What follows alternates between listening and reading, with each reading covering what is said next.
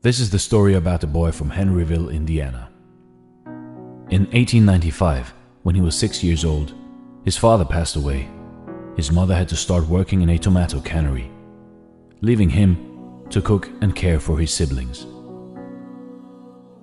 Life hit him hard at a very young age, and because of the difficult situation he faced, he had to work as a farmhand at the age of 10. When he was in 6th grade, he dropped out of high school and left his home. He started working as a painter of horse carriages. When he was 16, he faked his age to enlist in the US Army. After being honorably discharged a year later, he started working as a railway laborer and studied law at the nearby university, until he ruined his legal career by getting into a fight. He was forced to move back in with his mom and get a job selling life insurances. After some time, he got fired for not following orders. Some years later, he established a ferryboat company, and it was an instant success. Later on, he tried cashing in on his ferryboat business to create a chemical lamp manufacturing company, only to find out that another company was already selling electric lamps, much better than his company's lamps. All this hardship in life, but this guy wouldn't give up. He moved to work as a salesman for a tire company. But again, he lost his job when the company closed its manufacturing plant. By the age of 40, he met the general manager of an oil company, who asked him to run a service station for him. But the station had to close down again as a result of the Great Depression. That same year, the Shell Oil Company offered him a service station, rent-free, in return for paying the company a percentage of sales. He started operating the service station and also began to serve chicken dishes and other simple meals for people who were stopping by at the station. His pan-fried chicken soon became a favorite with the people of the area and made him famous in the region.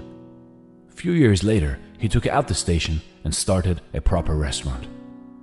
After fairly succeeding at this venture, he started to advertise his food, and to his shock, an argument erupted out of the blue with a local competitor and resulted in a fatal shootout with one of his employees dying. 4 years later, he bought a motel next to his chicken restaurant, hoping for better business. But it caught fire and burned down to the ground together with his restaurant. Yet this ambitious man rebuilt and ran a new motel with a 140-seat restaurant, until World War II forced him to close it down again. When war had ended, he tried selling his recipes to other restaurants. His recipe was rejected 1,009 times, when finally, in 1952, he sold his secret recipe, Kentucky Fried Chicken, for the first time to the operator of one of the city's largest restaurants. It quickly became a hit, and as a result, several other restaurant owners franchised the concept and paid him 4 cents per chicken. However, good times didn't last very long. His own restaurant was crippled when an interstate highway reduced customer traffic.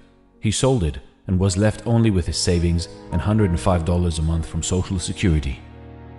So finally, he pursued his dream to franchise his chicken concept nationwide and traveled the US looking for suitable restaurants.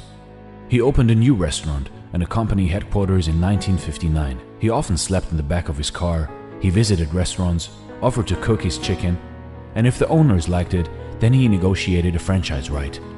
In 1965, at the age of 75, he was just getting started. After years of rejection, failures, misfortunes, Colonel Sanders' franchise approach became highly successful. KFC was one of the first fast food chains to expand globally, opening outlets in Canada, UK, Mexico, and Jamaica by the mid-1960s. The Colonel remained the company's symbol after selling it. He traveled over 400,000 kilometers a year, visiting KFC restaurants and delighting customers around the world.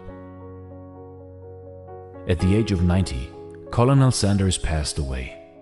At that time, there were around 6,000 KFC locations in 48 different countries.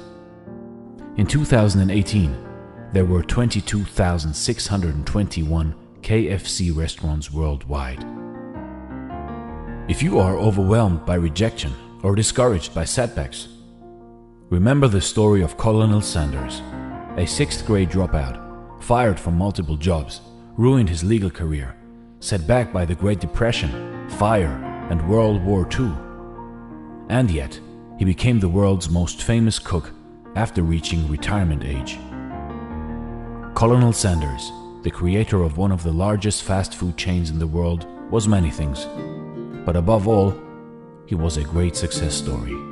With his story, we can learn that despite of thousands of rejections and misfortunes, how dedication, along with hard work, can create success, regardless of age. Thanks for watching, and stay blessed.